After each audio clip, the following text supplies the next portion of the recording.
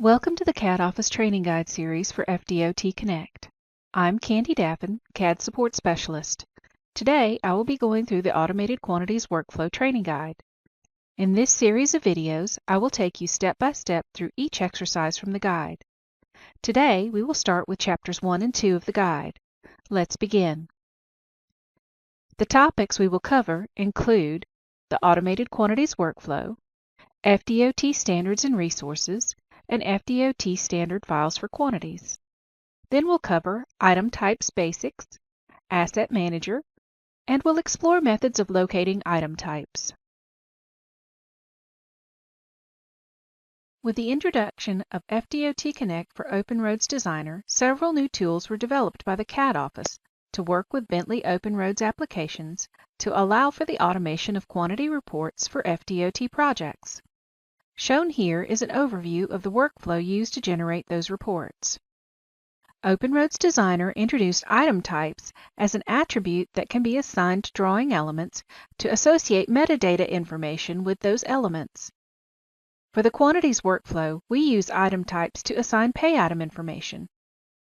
The item types can be applied in several different ways, and we will discuss those further later in the video.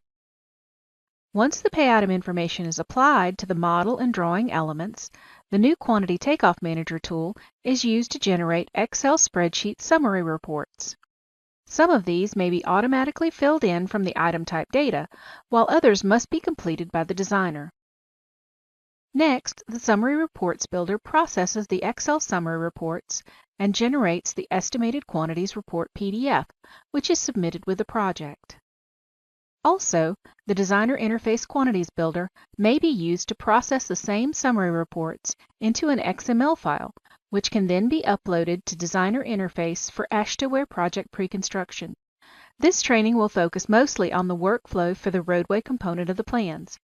Quantity workflows for other components, such as drainage and traffic plans, are detailed further in the training guides and videos for those components.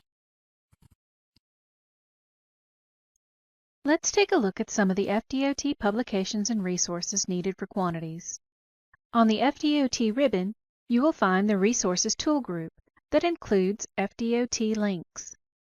This is an easy way to access various web pages that contain quantity and design information. The first option is the Basis of Estimates Manual, also known as the BOE. This link is very important, since the BOE is what defines all FDOT pay items and how they should be computed and reported. While the FDOTConnect quantity tools are coordinated with the BOE, it's a live document and can change on a daily basis, so it's always a good idea to check the BOE between software releases if you have any pay item concerns. There are also links to the CAD Manual, the County Maps for Key Sheets, the Florida Design Manual, drainage manuals, the Office of Design docs, which includes bulletins and memos, the standard plans, traffic engineering manual, and the WebGate portal, which includes a link to Designer Interface. Let's take a quick look at the BOE.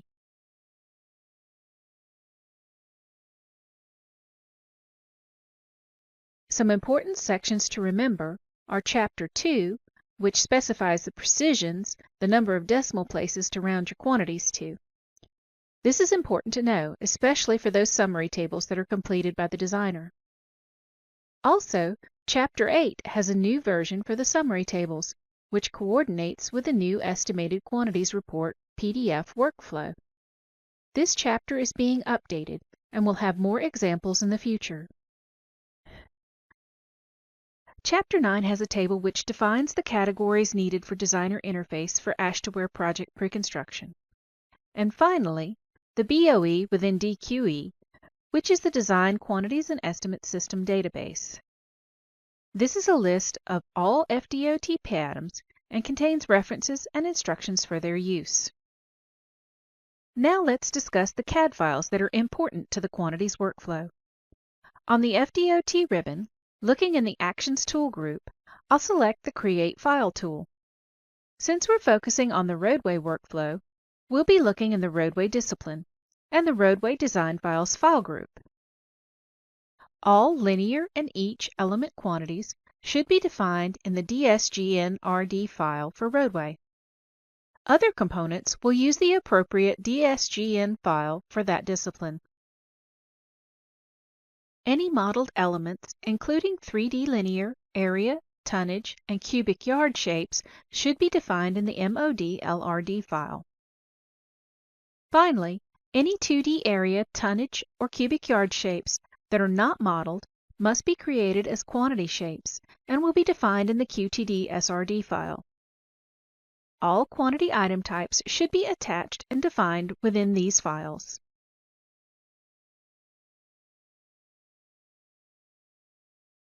Item types are the foundations of our quantity workflow, so let's dig in and take a closer look at what they are and where they're located. So as mentioned before, item types are tags of metadata that are attached to the properties of an element.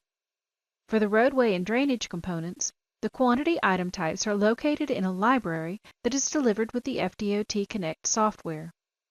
To view this library, locate the Item Types tool group on the Open Roads Modeling Workflow Home ribbon.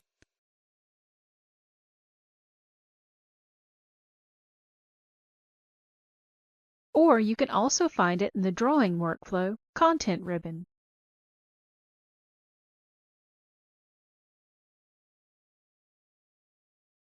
Once you've located the tool group, click on the small arrow in the bottom right corner to launch the Item Types dialog. I'll collapse the categories so we can take a look at them. The file I currently have open is one that has item types attached, but my library has been updated since this file was created. Notice that the Roadway Quantities category name has a blue triangle beside it. If you hover over the category name, it says Local Resource Differs from Library, and if you click on it, you'll notice that some new buttons on the toolbar have become active. The buttons to the left are for creating and editing item types. Creating and editing item types may be needed in some instances, but keep in mind that the quantity tools rely on computation values and report styles stored in other FDOTConnect resource files that must also have definitions for any pay items referenced in the item types. And if a format or pay item does not match those other resources, it may not compute and it could cause errors. If you think you need a new item type and are unsure if it will be supported by the tools, please contact the CAD office for assistance. For now, we want to look at these buttons to the right. We can use these to make sure our file matches the library. You can choose Show Differences to see what is different between the current file and the library, and you can choose Update from Library, which is what I want to do now.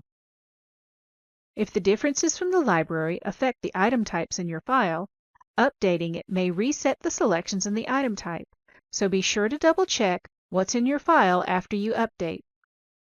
You do want to make sure that you keep your resources up to date with each software release, though, so all the tools continue to work properly. We'll select OK and make sure that our file matches the library. Now we can see a green check mark beside the Roadway Quantities category. If you hover over the category now, the tooltip will say that the local resource matches library. So let's take a closer look at the Item Types tools. In the Item Types tool group, there are 4 tools plus the dialog flyout. You can use the Attach Item tool to attach any item type in the file or the library to any element in the file. You will want to make sure to only attach an item type to the appropriate type of element, though. Attaching a tonnage item type to a linear element will not give you the results you want. If you have attached the wrong item type to an element, you can easily remove it using the Detach tool. Pick lists are delivered with the FDOTConnect Item Types library, and much like creating item types, editing them isn't recommended. The Import-Export tool can export to or import from an Excel file database, and it isn't recommended in the FDOTConnect workflow. Advanced users or developers should refer to Bentley Learn, Connect Advisor, or contact the CAD office for assistance with any special needs. Now I'd like to take a look at an item type, specifically a quantity item type. I have my model file open now, so let's click on a pavement mesh in the 3D view and check out the properties. On the Home tab, in the Primary Tool group, click on Properties. In my Properties dialog, you can see the item type for AC Friction Course with the name at the top of the item type property group. Along the left side are the property definition names, and to the right are the property definitions.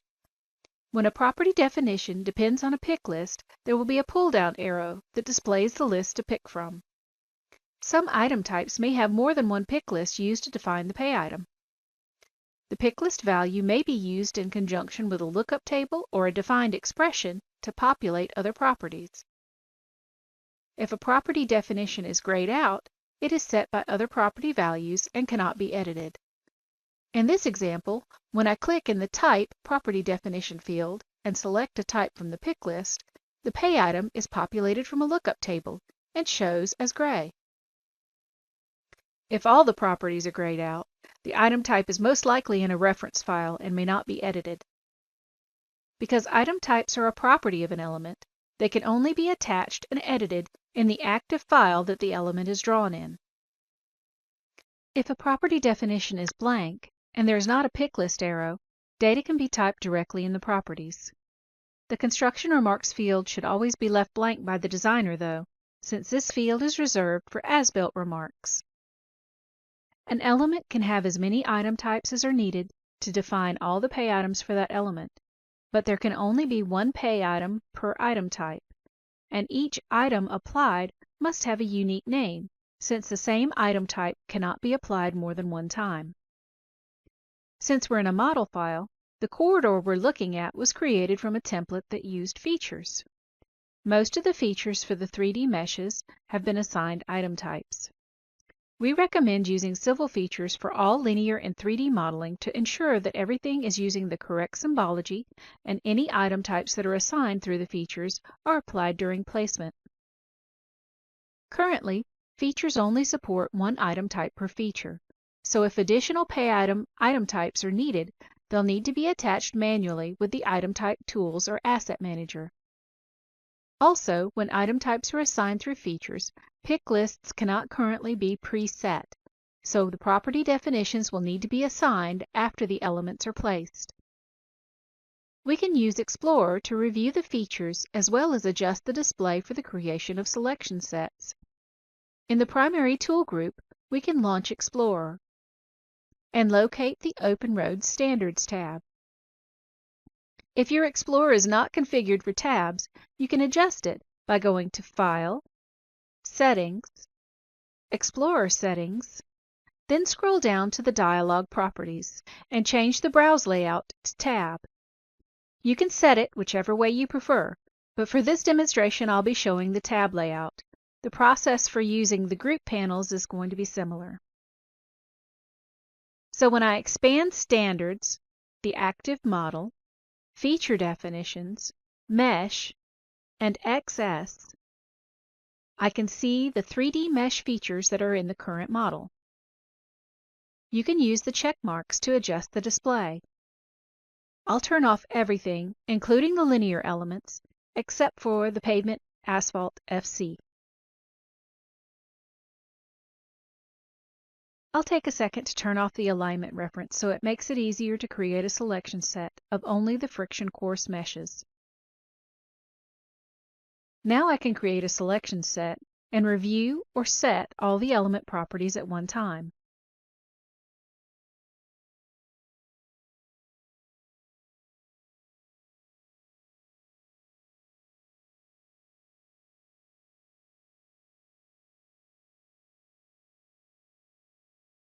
Let's turn the features back on and take a look at another way you can adjust the display to help you view your elements or create a selection set.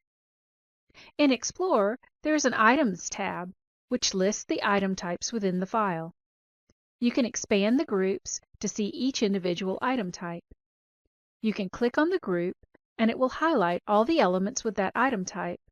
And if you right-click on the item type group for AC Friction Course and select Isolate, it turns off the display of everything except the elements that have that item type attached. Then you can review the items in the Properties dialog.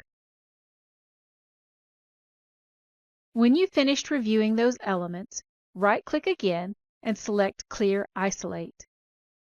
Using the Items tab in Explorer may slow down performance in ORD, and if it gets too slow, you may have to select another tab in Explorer, then restart ORD.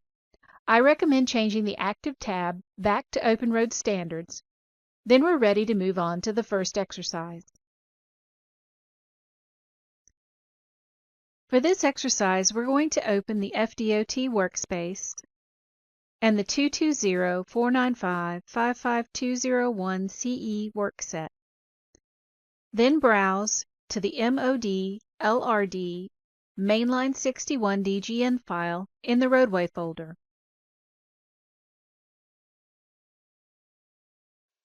Once you locate the file, select Open. It always takes a minute or so for the file to open, especially when you first launch ORD for the day.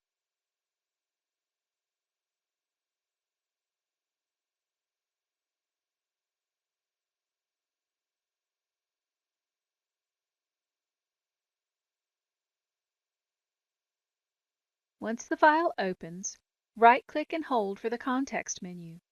Then select View Control and Two Views Plan 3D.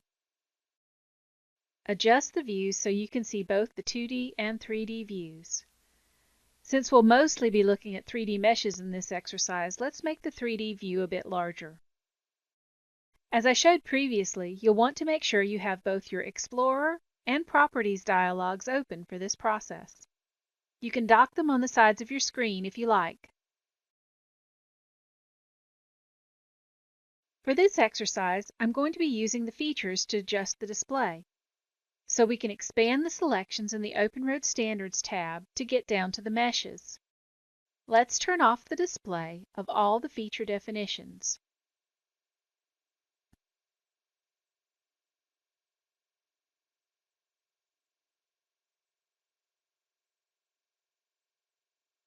We'll also want to turn off the display of the references so we can focus on the mesh features one at a time.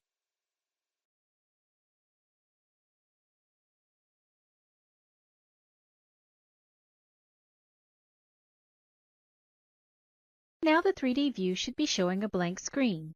Don't worry if you see some random display artifacts. You can't select them, and it's just a display issue.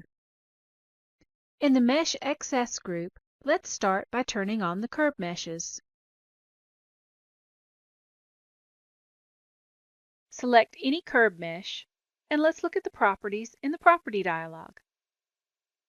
Since this corridor was placed with features, the curb and gutter item type is already attached, but the property definitions have not been set yet. If I click in the Type Property Definition field, the pick list appears blank. Since we've just opened the file and haven't yet opened the Item Types Library dialog, the resources aren't yet active in the file, and the pick list isn't showing the options. To fix this, just open the Item Types dialog. That will usually fix the issue.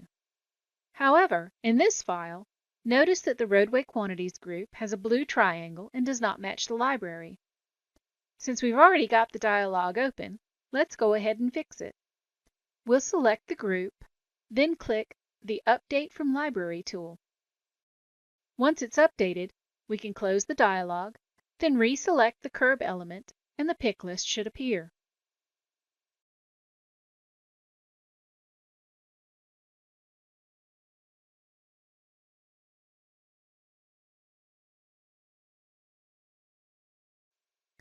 In the 3D view, use the Selection tool to create a selection set of both curb meshes. The Properties dialog should show two Type E curb elements. In the Curb and Gutter item type, select Type E in the Type Property Definition pick list. This selection retrieves the values for the pay item number and width from the Lookup Table resource file. Those property definitions are gray and cannot be edited in the item type. Once those are set, clear the selection set and uncheck the Curb feature in Explorer, and check on the feature for the Pavement Asphalt FC mesh. Now the 3D view should display only the friction course pavement meshes. Once again, create a selection set of all the friction course and double-check in the properties to make sure all the selected elements are friction course and that they all have the AC friction course item type attached. Now we can set the type in the pull-down to Traffic B FC 9.5 page 76-22. This sets the item type for all elements in the selection set. In this item type, there's a property definition for thickness. That is only needed when an item type is applied to a 2D element and the tool needs a thickness value to compute the quantity. When the item type is applied to a 3D mesh, the 3D volume is used to compute the quantity, and the thickness value is ignored. Now that we have a good feel for the process, we can quickly go through and select the structural course,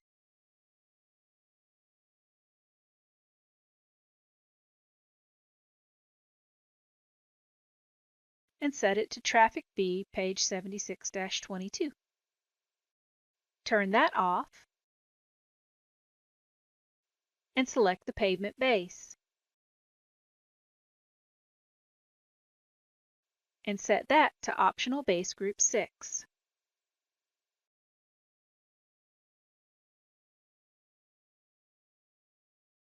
Turn on the slopes,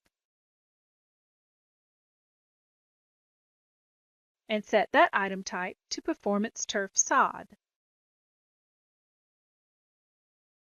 Then we'll set the traffic separator to Type 1 4-foot wide Option 1.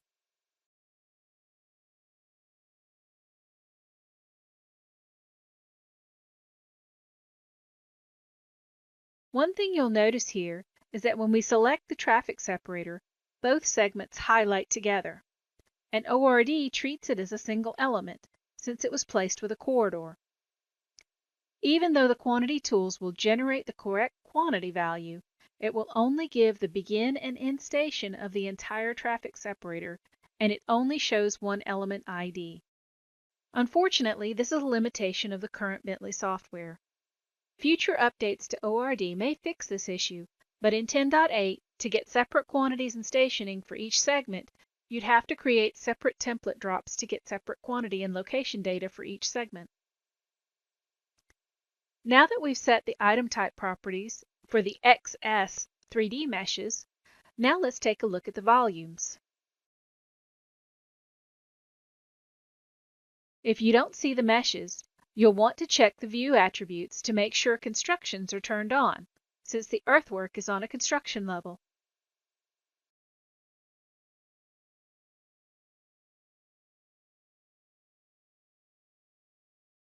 Let's turn off the volumes fill meshes. Then we can select the volumes cut and check the properties. We can set the type to regular excavation.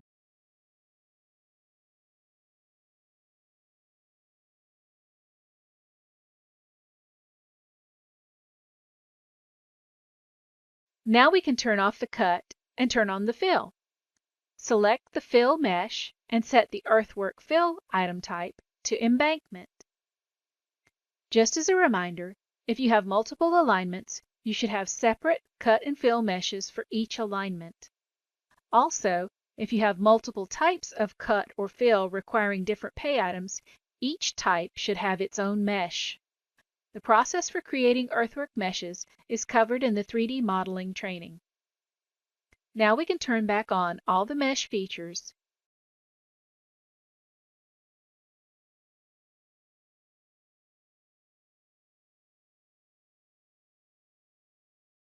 save settings, and we can go on to the next exercise.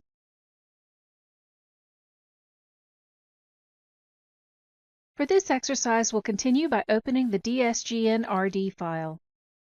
Select File and Browse, and in the Roadway folder, select the DSGN-RD01 file and click Open.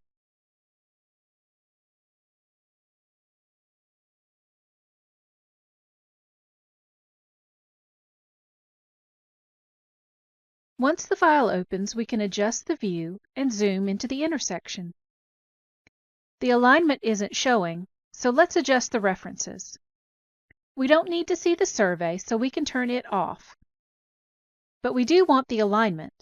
When I turn it on, there's a lot more showing than just the alignments. So I'll check the settings on the reference. And you can see that the live nesting is set to on. So it's displaying the files that are referenced into the alignment file. Let's set it to No Nesting, click OK, then close the References dialog. Now we can see both alignments, but there are still some construction lines showing that we don't need. So I'll use the level display to turn those off. Right-click, select Off by Element, and select the construction lines. Close the Level Display dialog. Now this project doesn't really need a guardrail here, but for demonstration purposes, let's place a segment of guardrail to show how the linear features work with item types.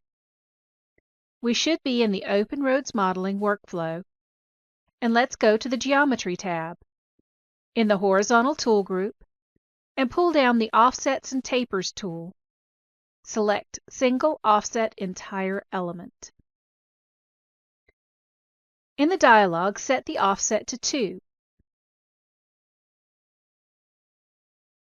And in the feature definitions, we'll expand Linear, Roadway Design, Plan Profile 2D Lines, Guardrail, and then we'll find the W-beam General TL3 left. Once the feature is selected, the item type information appears in the dialog. Set the type to W-beam General TL3. The pay item isn't displaying in this dialog, but it will show up on the properties once the line is placed. Now in the drawing, let's find the edge of pavement, EOPA, arc, in the intersection. You can hover over it until you see the tooltip that shows the EOPA feature. Select the arc, then drag the mouse away from the roadway. Now left-click to data point to accept 2 feet and no mirror. Now let's repeat the process to the left of the intersection.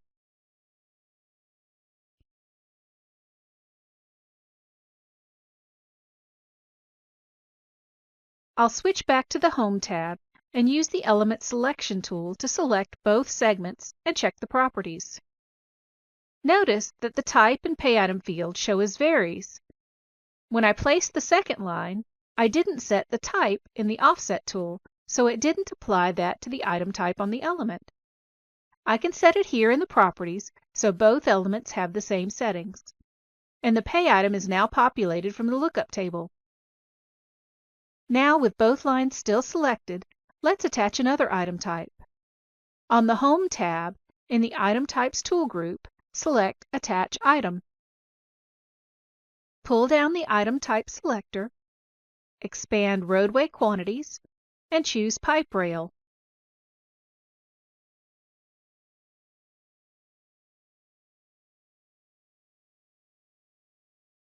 Left-click to data point in the drawing to accept. Now, when we check the properties, both lines have item types for guardrail and pipe rail. Now we can go on to the next exercise.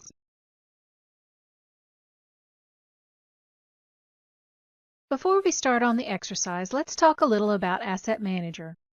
It is a Bentley technology preview that gives us another way to manage and attach item types. For the FDOTConnect workflow, we use Asset Manager to help place item types that have project-specific data that is not delivered in the FDOTConnect software. An Excel template named FDOT Project is delivered in the FDOTConnect Asset Manager folder and is also included in the Symbology folder of the Workset template used to create new projects. If the file isn't in the Symbology folder, you can copy it there from your FDOTConnect installation. Let's jump right into the exercise and we'll take a look at these tools and files as we go. Continuing from the previous exercise, we can click on the FDOT tab. Then in the Resources tool group, pull down Explore Directories and select the current work set. This defaults to the folder that the open file is stored in. Navigate up a level to the project, then select the Symbology folder and open the FDOT project Excel file. The only worksheet in this file that needs to be edited by the designer is the pick list definitions. Notice that there are two rows for pick lists, named Alignment and FPID. The alignment must be defined. The FPID is only used if there are multiple funding sequence numbers used on a project. Applying an FPID item type allows the quantity tools to separate the summary reports by FPID as required in the basis of estimates. For this project, there are two alignments, and we can enter them into the columns to the right of alignment. I'll type in CL_SR61, then hit Tab. Notice that it automatically adds a column for option 2. Now I'll add US 98. Make sure that the alignment names entered here match the feature names of the alignments in the project's alignment file exactly. If I had left out the underscore in the first alignment or put a space in between US and 98, it wouldn't match. You can double-check the alignment feature names by hovering over the alignment in your design file and verifying the feature name there. Make sure to save the Excel file, then we can close it and return to our file.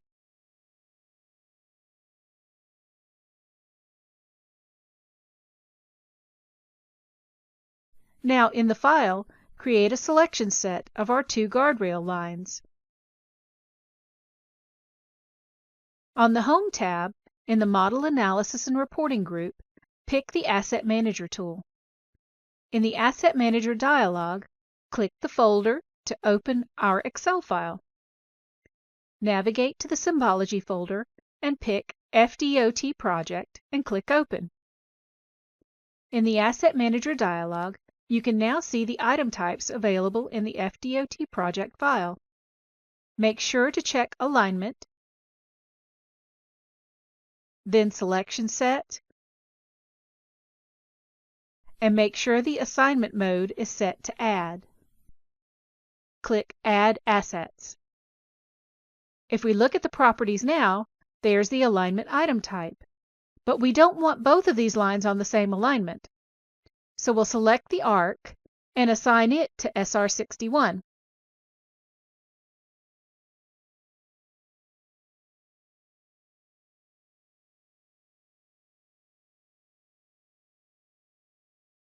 And then the straight line and assign it to US 98.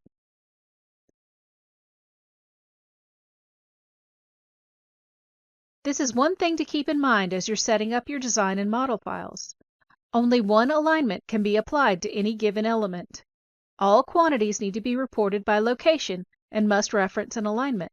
So make sure that your lines, shapes, corridors, and meshes start and stop where you want them to change from one alignment to another, so your quantities show up correctly in the summary reports.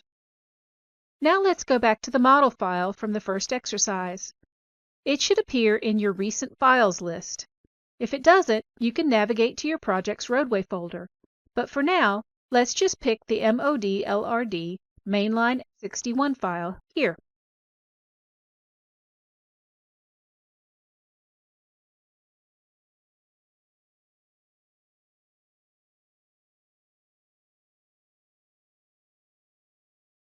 We want to make sure that all the meshes we set in the first exercise are also assigned an alignment. We can do that quickly by using the Explorer and unchecking all the features except the meshes that we set the first time. Turn off the curve base and template miscellaneous. Now you should see all the mesh elements that we applied item types to in the first exercise. You can use your selection tools to create a selection set of all the mesh elements.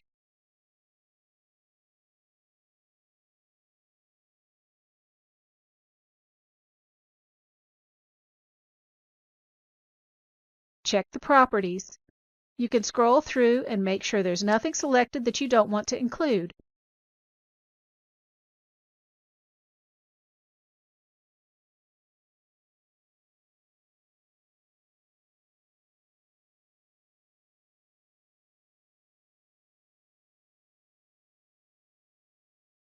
Open Asset Manager and check to make sure that the FDOT Project Definitions file is still attached and all the settings are how we want them. Then, all we have to do is click Add Assets, and the alignment item type is now added to all the elements in the selection set. Since everything in this model file is on just one alignment, we can set them all at once and set them to CLSR61.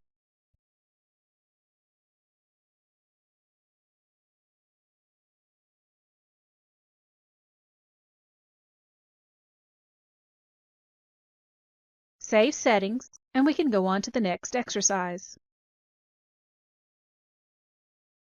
For this exercise, we're going to look at how to set up a 2D shapefile for area or volume quantities that aren't in the 3D model. For this, we use the QTD SRD DGN file for our shapes. From this file, we'll launch the Create File tool.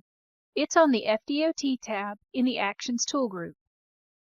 Make sure the discipline is set to roadway, and the file group is roadway design files. Scroll down to the QTD SRD file. Check the output file name. We want this file named qtdsrd01.dgn, so that looks good. The output location and seed file look good. Make sure the county is set, and the coordinate system should automatically adjust if necessary. Then we can click Create Open File.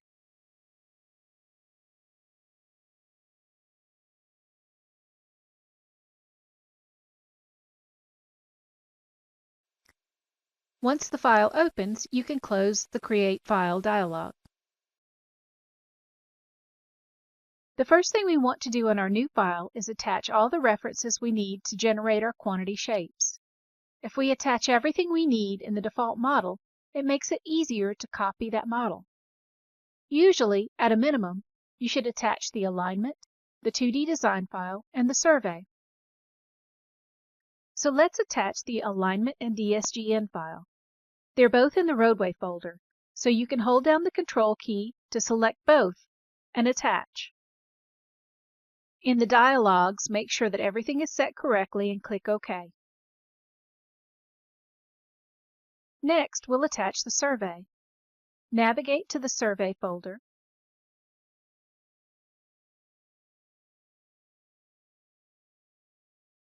And select the SURVE-RD01 file and click OK. Fit the view. When using a QTD-SRD file as a quantity shapefile for 2D areas, the BOE requires a separate model for each pay item. This makes it easier for reviewers in construction to locate the shapes in the file if they need to verify quantities. On the Home tab, in the Primary Tool group, open the Models dialog. Now we can select the default model that we've just attached our references to, and with it highlighted, right-click and select Copy a Model. In the Copy Model dialog, change the name to 110-410. The model should be named with the pay item number. You can use dashes or spaces, but it's a good idea to get in the habit of using the BOE format. Make sure to include the leading zero, then the pay item number based on the structure defined in the BOE, and using spaces to get the correct number of digits. In this case, we have 0110 space 4 space 10. Then we can add a short description for the pay item in the description field and type in removal of existing concrete.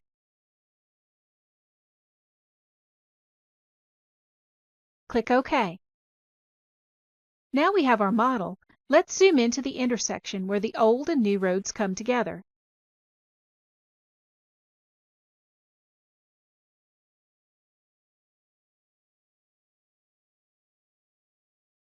On the right side of the roadway, there are some planters shown from the survey file. For this exercise, we're going to assume that they are concrete planters that need to be removed and treat them as removal concrete. I'm going to use my selection tool and set it to Add and select all 6 of the planter shapes. Then we can copy these into the active file and use them to create our new quantity shapes.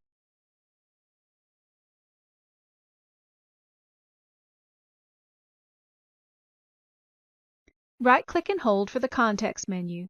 Select Copy, then Data Point in the file to copy them exactly on top of themselves. Now that we have these shapes to work with, we can turn off the display of our references so that we can see them better to edit.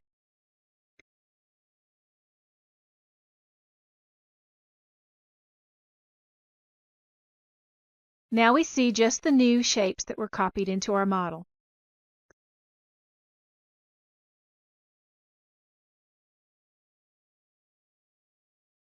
Next, we need to find the Create Region tool. To get to it, we need to change the workflow to Drawing. Then, in the Home tab and the Groups tool group, we can see the Create Region tool. But before we create the regions, let's set the level. In the Attributes tool group, change the level to Concrete Removal.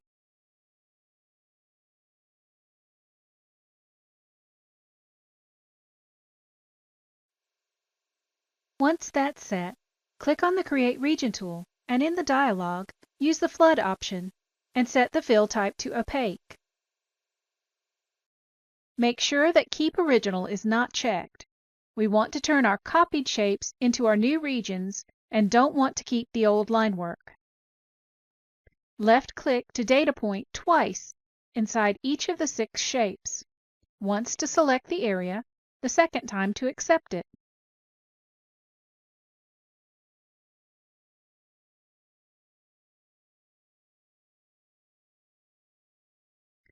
Now that we have our shapes, let's create a selection set of all the elements, and in the Properties dialog, verify that there are only 6 elements and that they are all on the correct level. Change the workflow back to Open Roads Modeling, select the elements, and on the Home tab in the Item Types group, click Attach Item. In the Attach Item dialog, expand the Roadway Quantities group and find and select Clearing, Grubbing, Removal. While we're at it, let's go ahead and attach another item type for ditch pavement. For now, clearing, grubbing, and removal items is not automated, so the quantity tools won't be able to read the clearing and grubbing item type.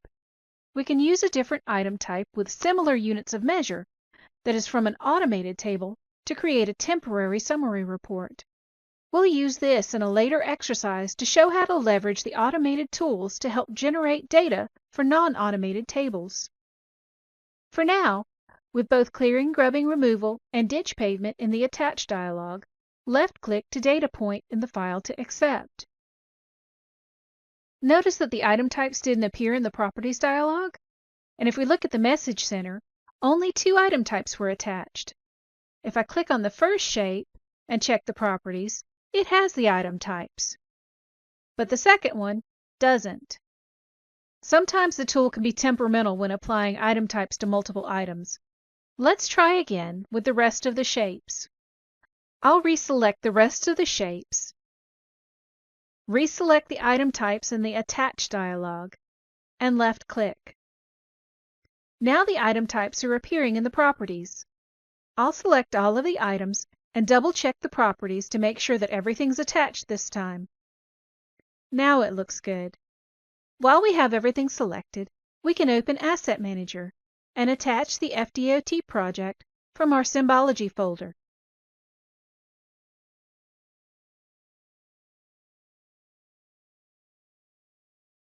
Check the alignment, selection set, and then click Add to add the alignment type to the same selection set. Now all of our item types are attached. We can shift them around to see them better, and then we can set our item type definitions in the Properties dialog. Set the type for clearing and grubbing to removal of existing concrete.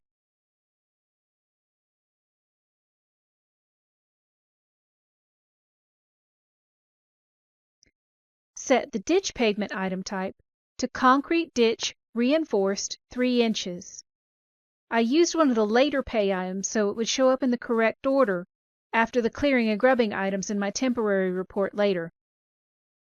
Also, whenever you're using a temporary item type for something that's not automated, I always recommend to put the correct pay item number in the Design Notes field of the temporary item type. That way, if any reviewer is looking at the file later, it will be obvious why the wrong item type was applied. So type in 0110 space 4 space 10 in the Design Notes field.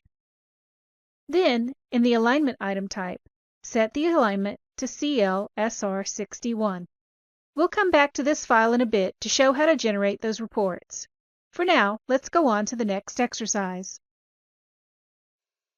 For this exercise, we're going to go back to our mainline model. So click File and select the Mainline 61 DGN file.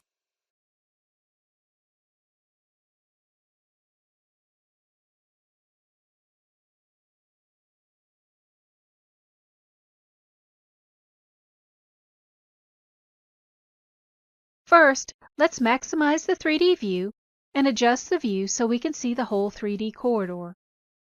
Unlike the QTDSRD file, where we can create a different model for the shapes for each pay item, our 3D models are not split up that way.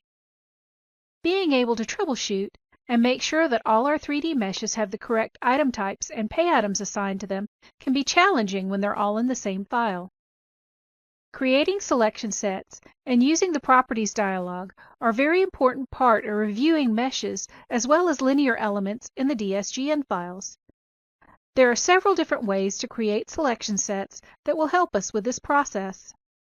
We've seen in previous exercises that we can use the features to adjust the display of our meshes. To start, let's make sure that we're starting with everything in the file displayed and turn off the display of all the references so we're only viewing the items within this file. In the features, make sure everything is turned on, linear and meshes.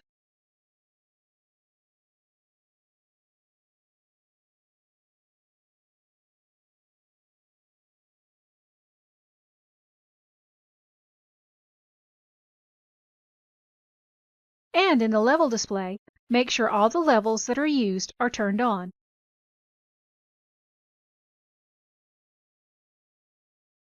Finally, in the References dialog, make sure that all the references are turned off.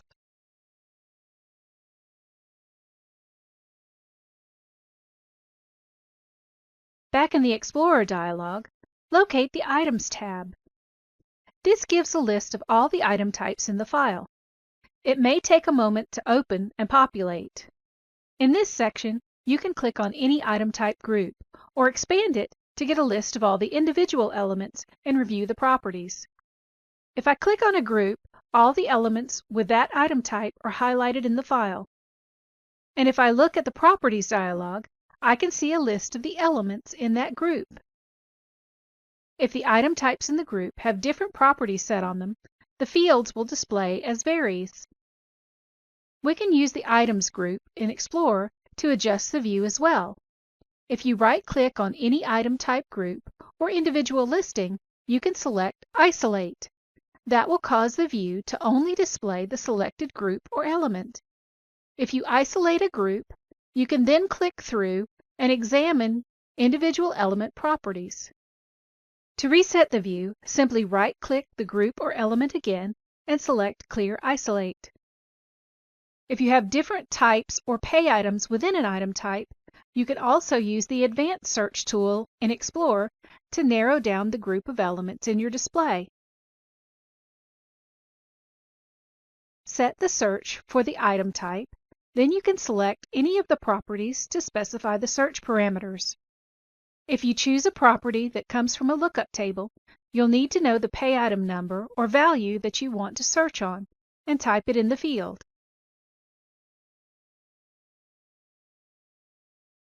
Make sure to click Add to Search. Then click OK. Once the search is completed, you can use the properties to isolate and examine only those elements that meet the search criteria.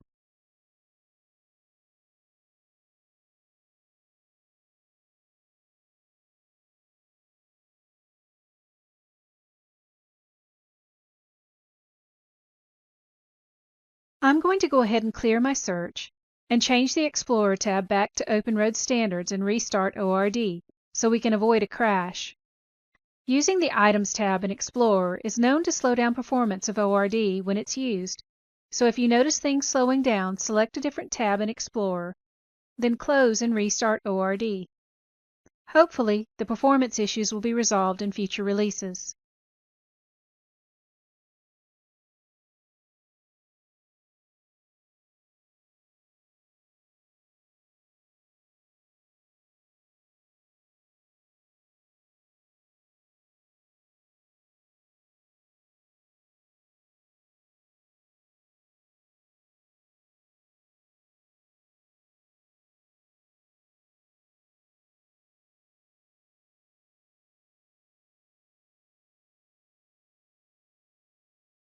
Another tool we can use to locate and troubleshoot a quantity element is the Select by Element ID.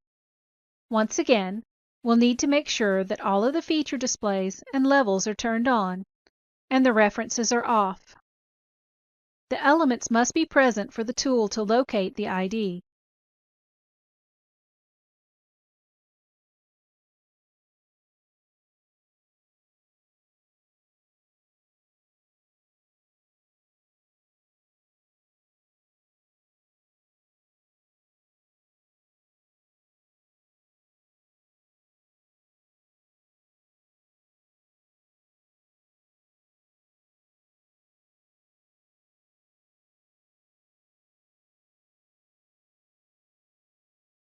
Let's fit the view on both the 2D and 3D views.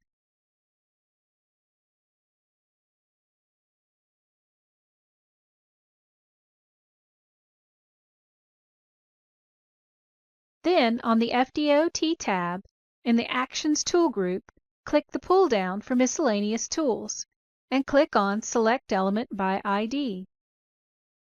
This tool is helpful when you have a summary report and need to check the shape that provided a quantity and element ID in the report.